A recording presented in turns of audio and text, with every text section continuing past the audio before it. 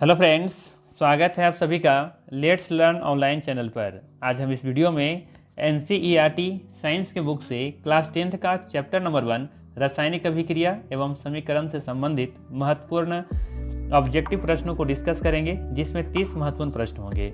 अगर आप किसी भी बोर्ड से 10th की तैयारी कर रहे हैं या फिर किसी भी कंपटीशन लेवल की तैयारी कर रहे हैं तो ये वीडियो आप देख सकते हैं, बहुत ही इंपॉर्टेंट होने वाला है।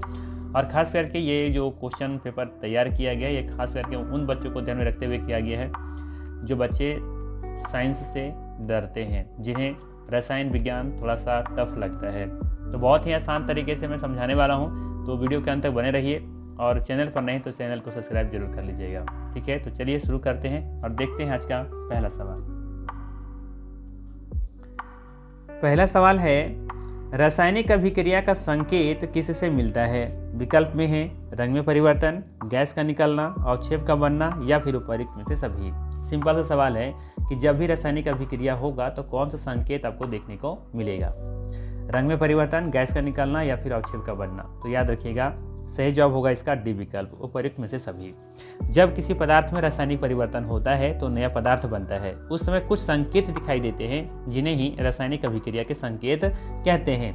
इसके अलावा ध्यान में रखिए कि जब भी, ठीक है, ध्यान रखिएगा, जब भी रासायनिक परिवर्तन होते हैं तो अक्सर ये संकेत दिखाई देते हैं। रंग में परिवर्तन, गैस का निकलना, अवक्षेप या ठोस का बनना, ताप या प्रकाश का निकलना या फिर नया पदार्थ बनना या फिर अवस्था में परिवर्तन होना। अगर ये सभी संकेत दिखाई दे रहे हैं तो इसका मतलब है कि वहाँ पे रासायनिक अभिक्रिया हुई है, ठीक है। चलिए आगे देखते हैं अगला सवाल। अगला सवाल है, रासायनिक समीकरण का संतुलन किस नियम पर आधारित होता है? सिंपल सा पूछा जा रहा है सवाल कि रासायनिक समीकरण का संतुलन किस नियम पर आधारित होता है? विकल्प में है द्रव्यमान संरक्षण का नियम, ऊर्जा संरक्षण का नियम, बॉयल का नियम या फिर चार्ल्स का नियम। सही जवाब हो जाएगा यहाँ पे विकल्प नंबर ए, द्रव्यमान संरक्षण का नियम, ठीक है। याद रखिएगा, द्रव्यमान संरक्षण का नियम के अनुसार किसी रासायनिक अभिक्रिया में द्रव्यमान ना तो उत्पन्न होता है और न ही नष्ट होता है। अभिक्रिया से पहले और बाद में कुल द्रव्यमान समान रहता है। इसीलिए जब हम रासायनिक समीकरण को संतुलित करते हैं तो यह सुनिश्चित करते हैं कि दोनों ओर परमाणुओं की संख्या बराबर हो और कुल द्रव्यमान बराबर रहे, ठीक है। इसीलिए यहाँ पे सही आंसर क्या हो जाएगा? विकल्प नंबर ए, द्रव्यमान संरक्षण का नियम, ठीक है। यहाँ पे क्या याद है आप लोगों को कि ऊर्जा संरक्षण का नियम क्या है? याद होगा, यह नियम बताता है कि ऊर्जा नष्ट नहीं होती है, केवल रूप बदलती है ना। ऊर्जा संरक्षण का नियम ये बताता है कि ऊर्जा नष्ट नहीं होती, केवल इसका रूप बदलता है, ठीक है। चलिए आगे देखते हैं अगला सवाल। चलिए अगला सवाल है, मैग्नीशियम ऑक्सीजन के साथ अभिक्रिया करके मैग्नीशियम ऑक्साइड बनाता है। इस अभिक्रिया जो हुई है ये किस प्रकार की अभिक्रिया है? सिंपल सा, ठीक है। मैग्नीशियम ऑक्सीजन के साथ अभिक्रिया करके मैग्नीशियम ऑक्साइड बनाता है। बताना है ये किस प्रकार की अभिक्रिया है। विकल्प में है संयोजन अभिक्रिया, वियोजन अभिक्रिया, विस्थापन अभिक्रिया या फिर द्विविस्थापन अभिक्रिया। सही जवाब होगा इसका विकल्प नंबर ए, संयोजन अभिक्रिया, ठीक है। याद रखिएगा, रासायनिक अभिक्रिया के कुछ प्रकार हैं, जैसे ध्यान दीजिएगा यहाँ पे रासायनिक अभिक्रिया के प्रकार में पहला याद रखिए संयोजन अभिक्रिया होता है, दूसरा वियोजन अभिक्रिया, तीसरा विस्थापन अभिक्रिया, द्विस्थापन अभिक्रिया और उसके बाद है उपचयन अपचयन, जिसे ही रिडॉक्स अभिक्रिया कहते हैं। तो रासायनिक अभिक्रिया के मुख्य यहाँ पे 5 प्रकार होते हैं, ध्यान रखिएगा, ठीक है। यहाँ पे बात कर रहे हैं हम लोग एक एक करके। रासायनिक अभिक्रिया क्या होता है, वियोजन अभिक्रिया क्या होता है, विस्थापन अभिक्रिया क्या होता है, द्विस्थापन अभिक्रिया क्या होता है, उपचयन अपचयन या फिर रिडॉक्स अभिक्रिया क्या होता है। एक एक करके हम डिस्कस कर लेंगे यहाँ पे, ताकि आने वाले जितने क्वेश्चन होगा वहाँ पे आसानी से हम लोग उसको सॉल्व कर सकेंगे, ठीक है।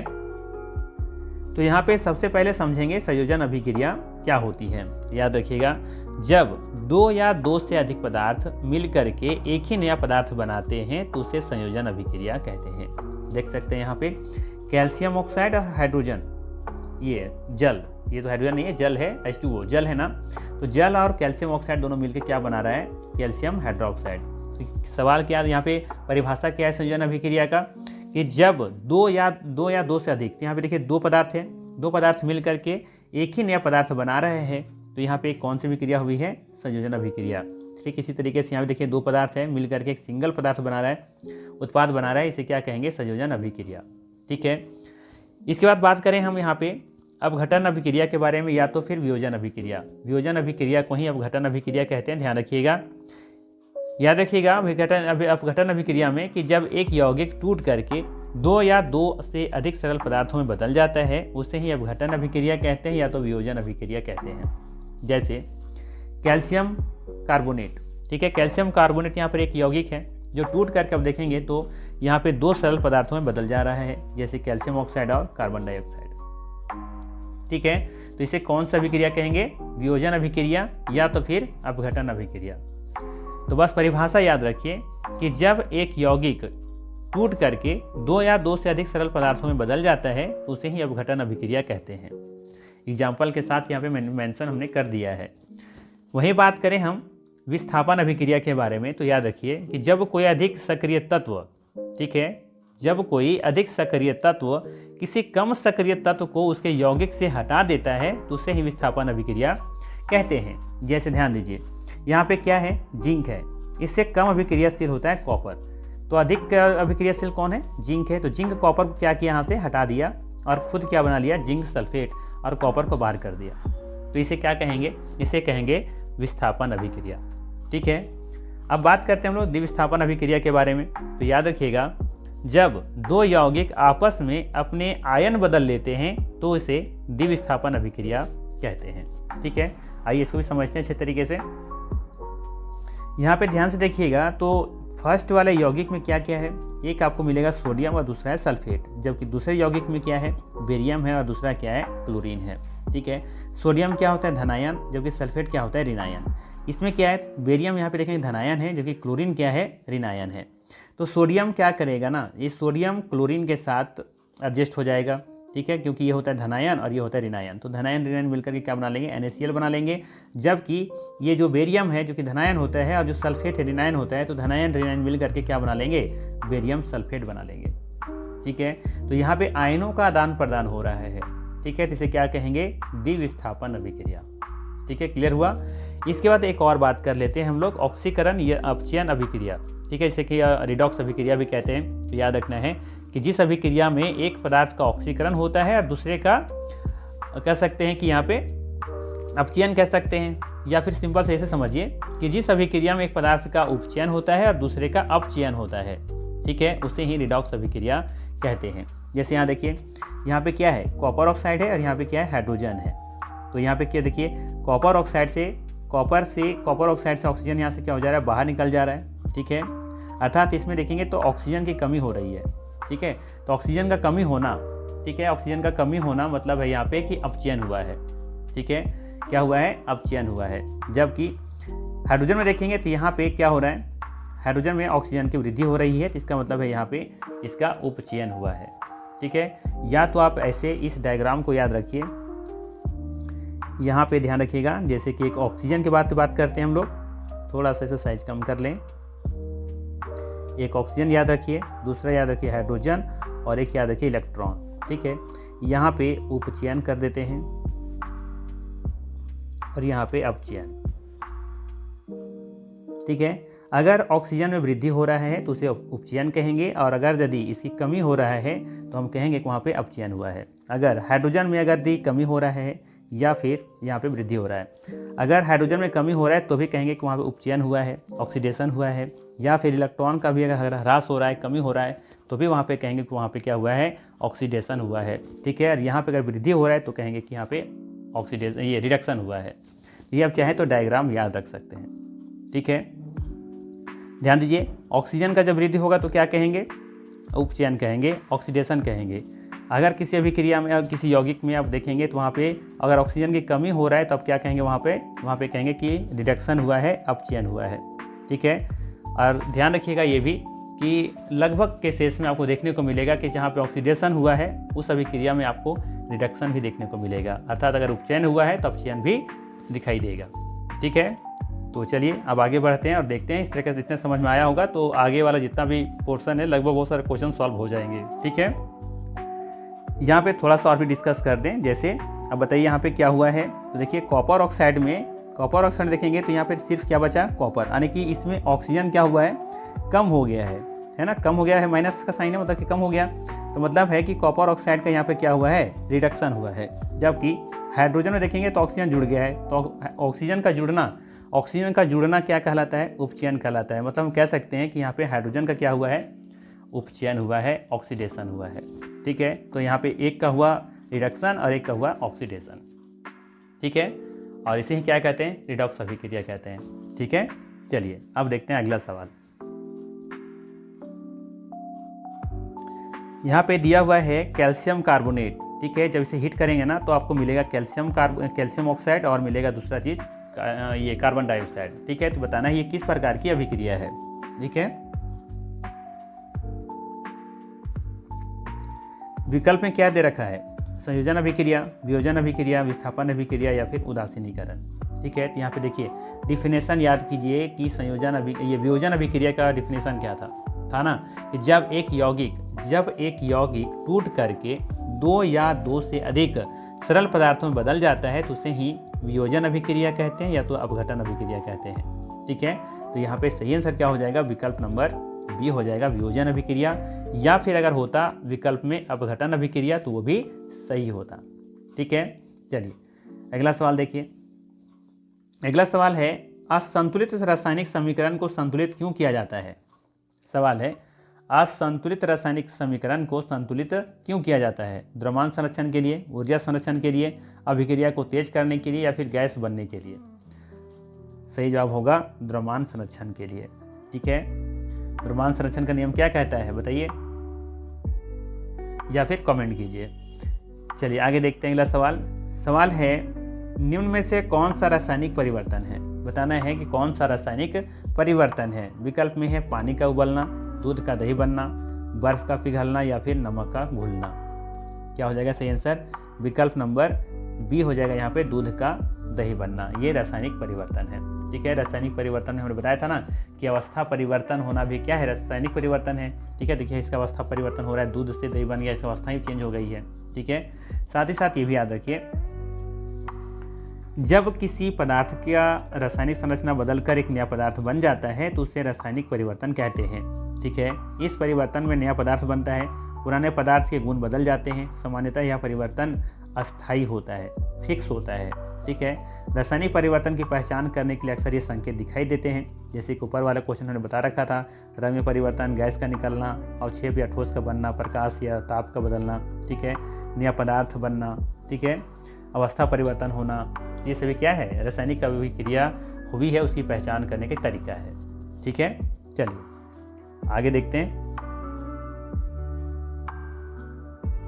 अगला सवाल है, रासायनिक समीकरण में अभिकारकों को किस ओर लिखा जाता है।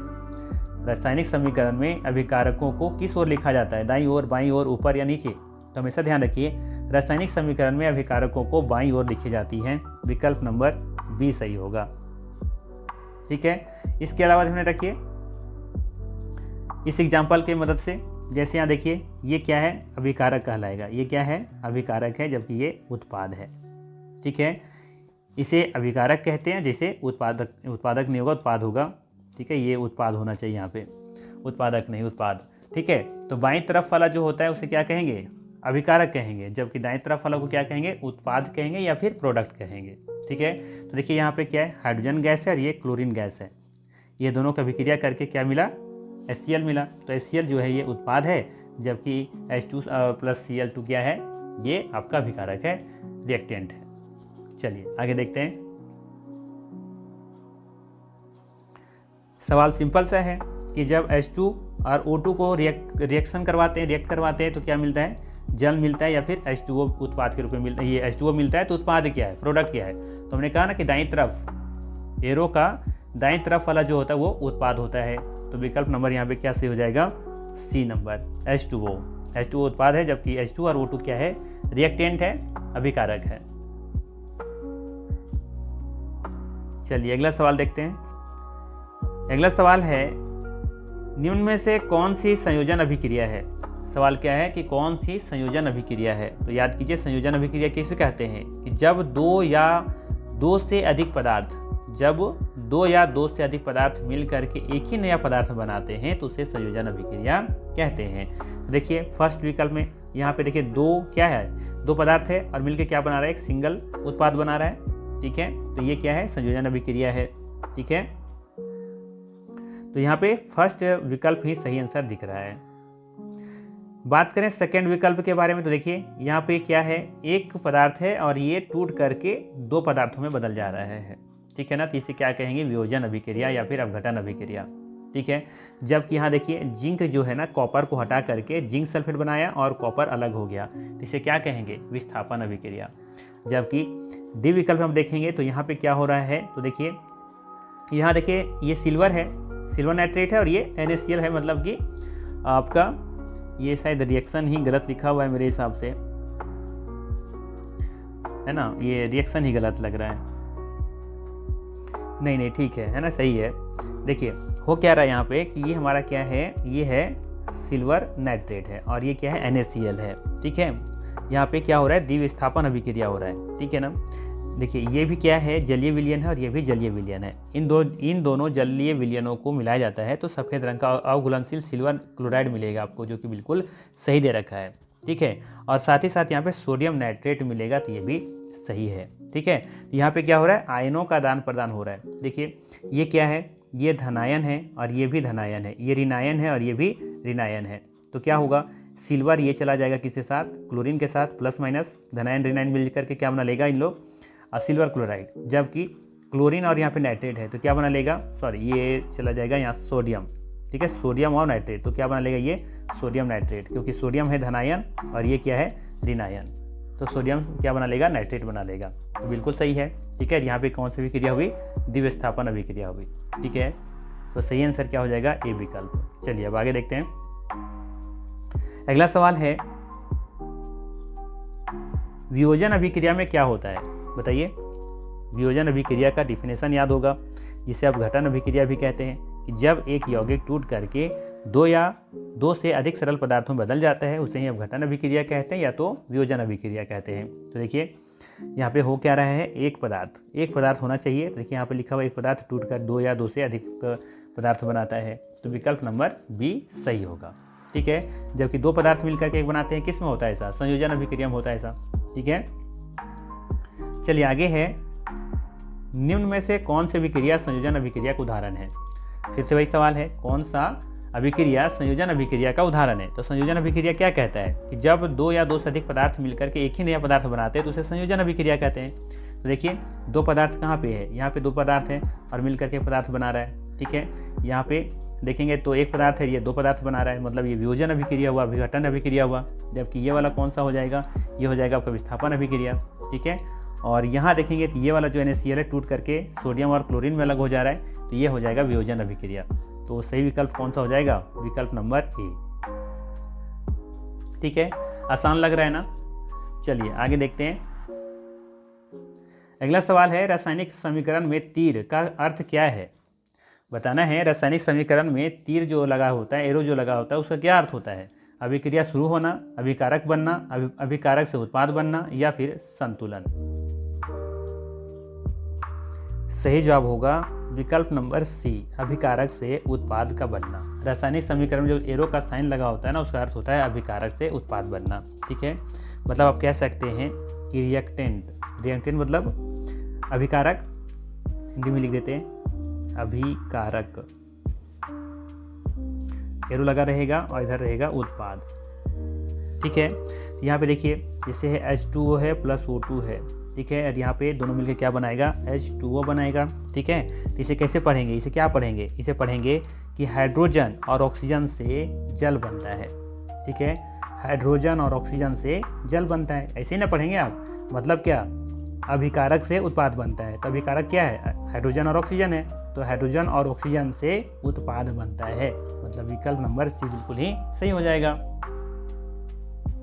चलिए अगला सवाल देखते हैं। अगला सवाल है, निम्न में से कौन सा वियोजन अभिक्रिया का उदाहरण है। बताना है कि निम्न में से कौन सा वियोजन अभिक्रिया का उदाहरण है।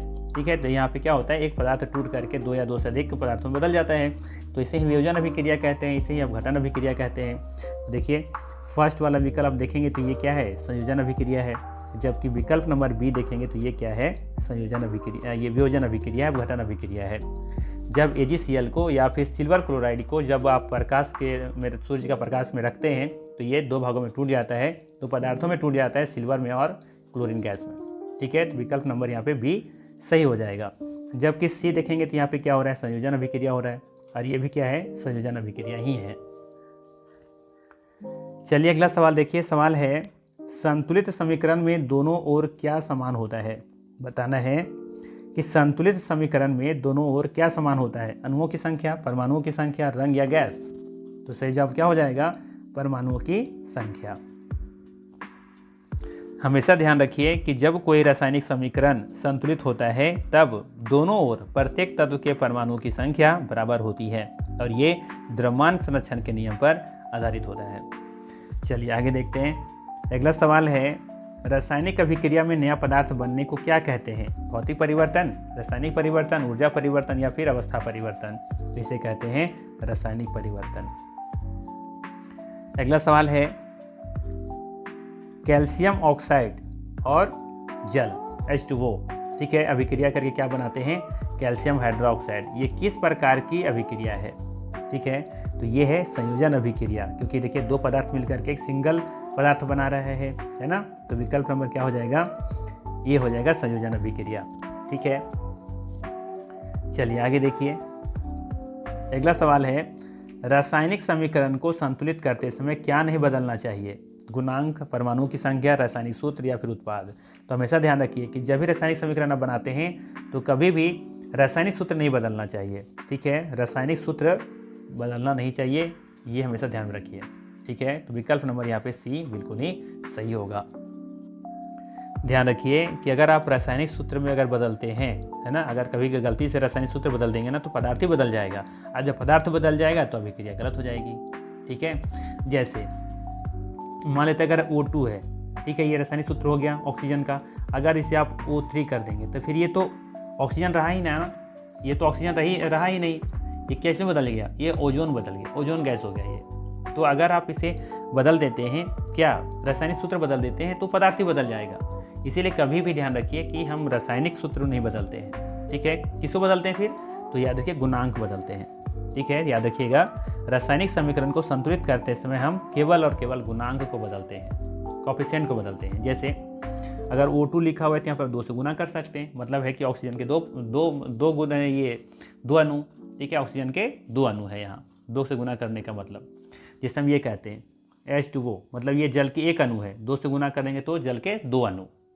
ठीक है, आप यहाँ पर 2 नहीं लिख सकते या फिर यहाँ पर 4 नहीं कर सकते। ठीक है, तो सिंपल सा चीज़ें हैं, ध्यान रखिएगा कि रासायनिक समीकरण को संतुलित करते समय क्या नहीं बदलना चाहिए, तो रासायनिक सूत्र नहीं बदलना चाहिए। रासायनिक समीकरण को संतुलित करते समय क्या बदलना चाहिए, तो गुणांक बदलना चाहिए। ठीक है, चलिए आगे देखते हैं। सवाल सिंपल सा है कि प्रकाश की उपस्थिति में होने वाली इस वियोजन अभिक्रिया को क्या कहते हैं। वियोजन अभिक्रिया 3 प्रकार से हो सकता है, तापीय वियोजन, प्रकाशीय वियोजन और विद्युतीय वियोजन। ठीक है, ध्यान रखिएगा, वियोजन या फिर अपघटन अभिक्रिया 3 प्रकार से हो सकता है, तापीय वियोजन, प्रकाशीय वियोजन और विद्युतीय वियोजन। ठीक है, यहाँ सवाल क्या पूछा कि प्रकाश की उपस्थिति में होने वाली वियोजन अभिक्रिया को क्या कहते हैं। तो याद रखिएगा, जब कोई यौगिक प्रकाश की उपस्थिति में टूटता है तो उसे प्रकाशीय वियोजन कहते हैं। विकल्प नंबर बी सही होगा। ठीक है, यहाँ पे आप चाहे तो एक समीकरण याद रख सकते हैं। जब हम सिल्वर क्लोराइड को सूर्य के प्रकाश में रखते हैं तो ये सिल्वर और क्लोरीन गैस में बदल जाता है। ठीक है, टूट जाता है, तो इसे क्या कहेंगे, प्रकाशीय वियोजन। ठीक है, वही बात करें हम तापीय वियोजन के बारे में। ठीक है, तो इसका भी एक एग्जाम्पल लीजिए। अगर हम कैल्शियम कार्बोनेट को जब हीट करने मतलब ये इस तरह का डेल्टा का साइन लगाते हैं, तो जब हम कैल्शियम कार्बोनेट को हीट करते गर्म करते हैं तो ये बदल जाता है कैल्शियम ऑक्साइड में, और साथ ही साथ मिलता है CO2 कार्बन डाइऑक्साइड। ठीक है, ये किसका उदाहरण हो गया, विद्युतीय वियोजन का हो गया। इसी तरीके से एक याद रखिए, एक बच गया आपका तापीय वियोजन। ठीक है, ये तो तापीय वियोजन हुआ ना, यहाँ पे है तापीय वियोजन, और ये हो गया आपका प्रकाशीय वियोजन। यहाँ लेकर के आते हैं विद्युतीय वियोजन। ठीक है, तो याद रखिए, जब हम विद्युत की मदद से किसी पदार्थ को तोड़ते हैं तो उसे ही विद्युतीय वियोजन कहते हैं। ठीक है, इलेक्ट्रिक करंट देने पर यौगिक टूटता है। जैसे अगर हम जल लेते हैं और जल में जब करंट को पास करते हैं तो ये हाइड्रोजन गैस और ऑक्सीजन गैस में ये टूट जाता है, तो इसे क्या कहेंगे, विद्युतीय वियोजन। तो ये तीनों रिएक्शन आप चाहें तो याद रख सकते हैं, ठीक है। बात करें यहाँ पे उदासीनीकरण के बारे में, तो जब हम एसिड और बेस को मिक्स करते हैं ना तो हमें मिलता है सॉल्ट और वाटर, ठीक है, तो उसे ही उदासीनीकरण अभिक्रिया कहते हैं। जैसे इसका भी एग्जाम्पल ले लीजिए, वैसे इस चैप्टर का नहीं है ये, लेकिन फिर भी अगर वर्ड आया है तो ले लीजिए। HCl को अगर हम सोडियम हाइड्रोक्साइड के साथ मिक्स करते हैं तो आपको मिलेगा NaCl, मतलब कि सॉल्ट मिलेगा, और इसे ही उदासीनीकरण अभिक्रिया कहते हैं। और साथ ही साथ मिलेगा जल H2O, ठीक है। तो HCl क्या है, HCl है आपका एसिड, जबकि एसिड मतलब ये अम्ल है, ठीक है, ये एसिड है, ये एसिड है और ये क्या है, बेस है। एसिड और बेस को जब हम मिक्स करते हैं ना तो क्या मिलता है, सॉल्ट मिलता है, ठीक है। इसे ही क्या कहते हैं, उदासीनीकरण अभिक्रिया, ठीक है। चलिए आगे देखते हैं। अगला सवाल है पारा ऑक्साइड, क्या है ये, पारा ऑक्साइड है, तो ये टूट करके क्या बन रहा है, पारा और ऑक्सीजन। ये बताना है किस प्रकार की अभिक्रिया है। तो सिंपल से दिख रहा है कि एक पदार्थ है, टूट करके दो भागों में बट गया है, तो सिंपल से ये क्या हो जाएगा, अपघटन अभिक्रिया या तो फिर वियोजन अभिक्रिया। विकल्प नंबर बी सही हो जाएगा। अगर बात करें यहाँ पे कि ये किस प्रकार का वियोजन है, क्योंकि 3 प्रकार के वियोजन हमने देखा, तो याद रखिएगा ये ऊष्मीय वियोजन है या फिर थर्मल डिकम्पोजिशन है, ठीक है। जब किसी यौगिक को गर्मी दे करके तोड़ा जाता है ना, टूटता है, तो उसे ही ऊष्मीय वियोजन कहते हैं या फिर थर्मल डिकम्पोजिशन कहते हैं, ठीक है ना। चलिए आगे देखते हैं। अगला सवाल है रासायनिक समीकरण में जी का अर्थ क्या है। जब हम रासायनिक समीकरण लिखते हैं और जब इंडिकेट करते हैं जी से, तो उसका क्या अर्थ है, ठोस, द्रव, गैस या विलयन। तो याद रखिए सही आंसर हो जाएगा यहाँ पे गैस, ठीक है। जी फॉर गैस होता है, तो रासायनिक समीकरण में जी का क्या अर्थ है, गैस होता है यहाँ पे, ठीक है, इसका अर्थ गैस होता है। इसके अलावा ध्यान में रखिए और भी बहुत सारे साइंस होते हैं रासायनिक समीकरण में, जैसे प्लस का साइन लगा हुआ है, इसका क्या अर्थ है, इसका अर्थ होता है विक्रिया में पदार्थ मिलते हैं। उदाहरण H2 और O2, प्लस का साइन लगा मतलब ये दोनों मिल रहे हैं और क्या बना रहे हैं, H2O बना रहे हैं, तो प्लस का अर्थ होता है अभिक्रिया में पदार्थ का मिलना। जबकि एरो का मतलब क्या होता है, तीर का मतलब क्या होता है, अभिक्रिया से होकर उत्पाद बनाती है, मतलब कि अभिकारक से उत्पाद बनता है, ठीक है। देखिए यहाँ पे रिएक्टेंट डैश देकर के प्रोडक्ट, ठीक है। वहीं बात करें S से क्या होता है, तो ये ठोस होता है, इसे सॉलिड कहते हैं, S फॉर सॉलिड। जैसे कि NaCl लिखा हुआ है और बगल में S लिखा हुआ है, मतलब इसका किसका मतलब है कि NaCl जो है वो ठोस रूप में है, ठीक है। वहीं बात करें अगर L लिखा हुआ है तो इसका मतलब लिक्विड है, वो द्रव्य अवस्था में है, ठीक है। जैसे कि H2O, यहाँ पर क्या लिखा हुआ है I, मतलब ये किस अवस्था में है, ये लिक्विड अवस्था में है। लेकिन कहीं अगर लिखा हुआ है H2O और बगल में लिखा हुआ है G, मतलब है कि जो ये जल है ना, जिसको गैस के रूप में प्रयोग किया गया है, ठीक है। वहीं बात करें हम AQ के बारे में, मतलब है कि एक्वा सोल्यूशन है ये, मतलब पानी में घुला हुआ है, इसे कहते हैं जलीय विलयन। अगर NaCl लिखा हुआ है और बगल में लिखा हुआ है AQ, मतलब है कि वो क्या है, वो एक्वा सोल्यूशन है, मतलब कि पानी में घुला हुआ है, नमक, ठीक है। वहीं बात करें इस तरह का डेल्टा जो त्रिभुज का साइन का होता है जैसा, तो ये क्या है इसका मतलब, तो ये है गर्म करने पर अभिक्रिया होती है, ये इंडिकेट करता है। जैसे अगर हम यहाँ लिख रहे हैं कैल्शियम कार्बोनेट, तो इसके यहाँ पर एरो लगा हुआ है, इसके ऊपर लगा हुआ है ये वाला डेल्टा का साइन, इसका मतलब है कि कैल्शियम कार्बोनेट को यहाँ पे हीट किया जा रहा है। बगल में S लिखा हुआ है, मतलब क्या है, ये कैल्शियम कार्बोनेट जो है ना, इसकी अवस्था क्या है, सॉलिड अवस्था में है, ठीक है। इस बार देखिए क्या बन रहा है, कैल्शियम ऑक्साइड। तो कैल्शियम ऑक्साइड जो बना है वो किस रूप में है, सॉलिड में है, गैस में है, लिक्विड में है या फिर एक्वा सोल्यूशन में है, तो ये किस अवस्था में है, सॉलिड अवस्था में है, ठीक है। और CO2 जो गैस निकल रही है किस अवस्था में है, ये गैस अवस्था में है। और इसका क्या मतलब, ऊपर कैरो का मतलब कि गैस निकल रही है, यहाँ पे रिलीज हो रहा है, ठीक है। वही चीज़ यहाँ भी देखिए, ऊपर कैरो का मतलब है गैस निकल रही है और नीचे कैरो का मतलब है कि वहाँ पे अवक्षेप बन रहा है, ठीक है। तो जहाँ पे अवक्षेपण होगा वहाँ पे मतलब है कि नीचे कैरो लगा हुआ, मतलब कि अवक्षेपण आप बता रहे हैं वहाँ पे, ठीक है। चलिए आगे देखते हैं अब।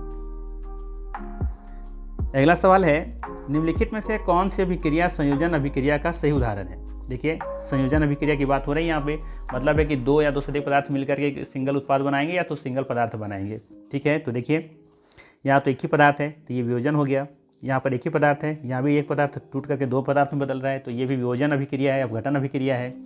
यहाँ भी वही चीज़ है, ये भी वियोजन या तो विघटन अभिक्रिया है। लेकिन यहाँ देखिए सिल्वर क्लोराइड है, टूट करके सिल्वर और क्लोरीन गैस में बदल रहा है, मतलब है कि ये क्या हो जाएगा, वियोजन अभिक्रिया। चलिए आगे देखिए, अगला सवाल है निम्न में से कौन सी अभिक्रिया ऊष्माक्षेपी संयोजन अभिक्रिया है। ठीक है, बताना है कि कौन सी अभिक्रिया ऊष्माक्षेपी संयोजन अभिक्रिया है, मतलब है कि जहाँ पे संयोजन होगा वहाँ पे ऊष्माक्षेपी होगा। अब बताना है कि ऊष्माक्षेपी क्या होता है। तो याद रखिए, ऊष्माक्षेपी का मतलब सिंपल सा एक लाइन में कि जब दो पदार्थ मिले, ठीक है, जब दो पदार्थ मिले और मिल करके वहाँ पे हीट पैदा हो, अर्थात ऊष्मा निकले, गर्मी निकले, तो उसे ही ऊष्माक्षेपी संयोजन कहते हैं। ठीक है, तो यहाँ पे देखिए कौन सा आंसर होने वाला है। फर्स्ट विकल्प में देखिएगा कि यहाँ पे क्या दिया हुआ है, कैल्शियम ऑक्साइड। जब इसमें पानी मिलाते हैं तो यहाँ पे क्या निकलता है, हीट निकलता है, बहुत बड़ी मात्रा में ऊष्मा निकलता है। तो ये क्या है, संयोजन अभिक्रिया भी है और साथ ही साथ यहाँ पे ऊष्माक्षेपी अभिक्रिया भी है। ठीक है, जिसे कली चूना भी कहते हैं। ध्यान रखिएगा, जब आप बाजार से चूना ले करके आते हैं, उसमें जब पानी मिलाते हैं तो उसमें देखिएगा खौलता नजर आएगा, मतलब उससे हीट निकल रहा है।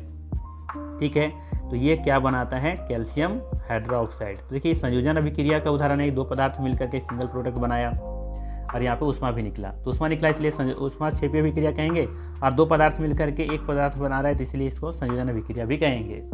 ठीक है, अब आगे देखिए, इसी कैल्शियम हाइड्रोक्साइड को जब CO2 के साथ रिएक्ट करवाएंगे, या फिर कहें कि कार्बन डाइऑक्साइड की उपस्थिति में ये क्या बना लेता है, ये बना लेगा कैल्शियम कार्बोनेट। ठीक है, सफ़ेद कलर का जो होता है। ठीक है, ये जरूर याद रखिएगा। और साथ ही साथ यहाँ पे रिलीज होगा जल H2O। ठीक है, इसके बाद अगर फिर से अगर हम कैल्शियम कार्बोनेट को, ठीक है, हीट करते हैं, ऊष्मा देते हैं। ठीक है, अगर कैल्शियम कार्बोनेट को हीट करते हैं, ऊष्मा देते हैं, ठीक है, तो ये किस में टूट जाएगा, कैल्शियम ऑक्साइड में टूट जाएगा और CO2 में टूट जाएगा। ठीक है, तो ये कौन सा अभिक्रिया हुई, ये कह सकते हैं इसे ऊष्माशोषी अभिक्रिया, ऊष्माशोषी वियोजन अभिक्रिया। ये क्या हो गया, ऊष्माक्षेपी संयोजन अभिक्रिया। है ना आसान, बस सिंपल सा चीज़ें हैं। हर एक लाइन को समझिए कि कैसे कैसे क्या हो रहा है। कैल्शियम ऑक्साइड अपने बाजार से खरीद करके लेकर के आया, चूना जो होता है वो, उस पर जैसे पानी मिलाए तो उसमें ऊष्मा निकला, हीट निकला, है ना, तो उसे कहेंगे ऊष्माक्षेपी अभिक्रिया। ठीक है, वहाँ पे क्या हुआ, वहाँ पे क्या बना, एक दो पदार्थ मिलकर के एक सिंगल प्रोडक्ट बनाया, उत्पाद बनाया, जिसे कहते हैं कैल्शियम हाइड्रोक्साइड। जब कैल्शियम हाइड्रोक्साइड को कार्बन डाइऑक्साइड की उपस्थिति में छोड़ देते हैं तो वो बना लेता है कैल्शियम कार्बोनेट, जो कि देखेंगे दीवार जैसे होता है ना, बाद में फिर चमक आ जाती है। तो दीवार फिर बाद में चमक क्यों आती है, क्योंकि वो CO2 के साथ रिएक्ट कर लेता है और सफ़ेद कलर बना लेता है और कैल्शियम कार्बोनेट की परत बना लेता है। ठीक है, बाद में साथ ही साथ उसमें देखेंगे तो H2O गैस भी रिलीज होता है। ठीक है, अब इसी कैल्शियम कार्बोनेट को हम क्या करते हैं, जब हीट करते हैं, ऊष्मा देते हैं ना, तो फिर से ये कैल्शियम ऑक्साइड बना लेता है और कार्बन डाइऑक्साइड यहाँ पे रिलीज होता है। आई बात समझ में। तो यहाँ पे देखिए, ये जो कैल्शियम कार्बोनेट है, याद रखिएगा कैल्शियम कार्बोनेट, संगमरमर का रासायनिक सूत्र भी कैल्शियम कार्बोनेट ही होता है। और आई थिंक ये जो अंडे का कवच होता है ना, वो भी किसका बना होता है, कैल्शियम कार्बोनेट का ही बना होता है। ठीक है, तो इन चीज़ों को ध्यान में रखिएगा, कहीं गलती नहीं होगा। बात करें हम यहाँ पे, ये कौन सा अभिक्रिया था, तो यहाँ पे देखिए, यहाँ पे क्या दे रहे थे, इसको हम ऊष्मा दे रहे थे, हीट दे रहे थे, तो दे रहे थे, तो इसको क्या कहेंगे, ऊष्माशोषी अभिक्रिया। एक होता है ऊष्माक्षेपी अभिक्रिया जिसमें ऊष्मा रिलीज होता है, और एक अभिक्रिया जिसमें ऊष्मा देना पड़ता है। तो इसमें हम क्या कर रहे हैं, कैल्शियम कार्बोनेट को ऊष्मा दे रहे हैं, तो ये हो जाएगा ऊष्माशोषी अभिक्रिया। ठीक है, और साथ ही साथ एक पदार्थ है और टूट करके दो पदार्थों में बदल गया, टूट करके, तो इसे क्या कहेंगे, इसे कहेंगे वियोजन अभिक्रिया। तो अर्थात एक लाइन में कहें कि यहाँ पे कौन सी अभिक्रिया हुई, थर्ड वाला केस में तो ऊष्माशोषी वियोजन अभिक्रिया। फर्स्ट वाले केस में क्या दिख रहा है, तो यहाँ पे दिख रहा है ऊष्माक्षेपी संयोजन अभिक्रिया। ठीक है, तो यहाँ पे ए विकल्प बिल्कुल ही सही है। अब लेते हैं अगला सवाल। चलिए अगला सवाल है, निम्न में से कौन सी अभिक्रिया ऊष्मीय वियोजन है, थर्मल डिकम्पोजिशन है। ठीक है, तभी तो हम बता चुके हैं यहाँ पे। ठीक है, इसी में तो बताए थे लास्ट वाला केस में। तो जब हम क्या करते हैं, कैल्शियम कार्बोनेट को जब हीट करते हैं तो कैल्शियम ऑक्साइड और कार्बन डाइऑक्साइड में बदल जाता है। एक पदार्थ, एक यौगिक टूट करके दो पदार्थ में बदल गया। ठीक है, तो विकल्प नंबर आप देखेंगे तो ये सही हो जाएगा। ठीक है, ज़्यादा डिस्कस करने की जरूरत नहीं है, ऑलरेडी हम पहले ही डिस्कस कर चुके हैं। अच्छा, और क्या दिया हुआ है यहाँ पे देख लीजिए, वही सब चीज़ें दी हुई हैं यहाँ पे। ठीक है, जैसे कि ऊष्मीय वियोजन क्या है, तो परिभाषा इसका दिया हुआ है कि जब किसी यौगिक का वियोजन उष्मा हीट देने पर होता है तो उसे ऊष्मीय वियोजन कहते हैं। उदाहरण के बारे में बात करें तो कैल्शियम कार्बोनेट गर्म करने पर कैल्शियम ऑक्साइड और कार्बन डाइऑक्साइड में बदल जाता है। वहीं बात करें विद्युत वियोजन क्या है, तो जब किसी यौगिक का वियोजन विद्युत धारा देने से होता है तो उसे विद्युत वियोजन कहते हैं। उदाहरण पानी बिजली प्रवाहित करने पर हाइड्रोजन और ऑक्सीजन में बदल जाता है। वहीं बात करें प्रकाशीय वियोजन के बारे में, तो जब किसी यौगिक का वियोजन प्रकाश की उपस्थिति में होता है तो उसे प्रकाशीय वियोजन कहते हैं। जैसे आप देखेंगे तो सिल्वर क्लोराइड सूर्य के प्रकाश में सिल्वर और क्लोरीन बदल जाता है। इसी कारण जो सिल्वर क्लोराइड है उसका रंग सफ़ेद से धूसर हो जाता है। मतलब याद रखिए कि सिल्वर क्लोराइड का रंग सफ़ेद होता है और बाद में इसका कलर क्या हो जाता है, धूसर कलर का हो जाता है। ठीक है, ये तो शायद हमें ऊपर वाला क्वेश्चन में डिस्कस करना चाहिए था, ये नीचे आ गया है गलती से। चलिए आगे देखते हैं। अगला सवाल है कि जब एक यौगिक दो या दो से अधिक सरल पदार्थों में टूट जाता है तो यह कौन सी अभिक्रिया होती है। एक यौगिक है और टूट करके दो या दो से अधिक सरल पदार्थ में टूट जा रहा है, जिसे वियोजन अभिक्रिया कहेंगे। सिंपल सा, ठीक है, सिर्फ बी विकल्प सही हो जाएगा।